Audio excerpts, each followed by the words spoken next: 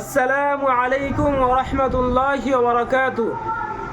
আপনারা সকলে ভালো আছেন? আপনারা দেখতে পাচ্ছেন আমার হাতে একটি কিতাব আছে। এই কিতাবটির নাম আর রহিকুল মাখতুম।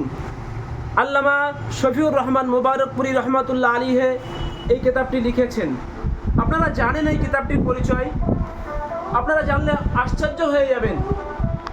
মহামানব, পৃথিবীর মহামানব মহানবী মুহাম্মদ রাসূলুল্লাহ সাল্লাল্লাহু আলাইহি সাল্লাম সম্পর্কে লিখিত এমন একটি বিশ্বস্ত কিতাব, যেটি 1182 কিতাবের মধ্যে প্রথম স্থান অর্জন করেছে। সেই জন্য আমি আপনাদের অনুরোধ করব, এই কিতাবটি আপনারা পড়ুন।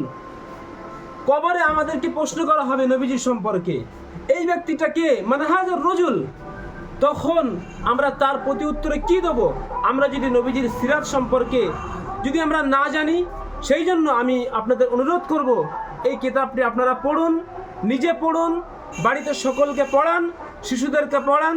পড়লেই আপনারা নবীজির সম্পর্কে বিস্তারিত সমস্ত সব কিছু আপনারা জানতে পারবেন।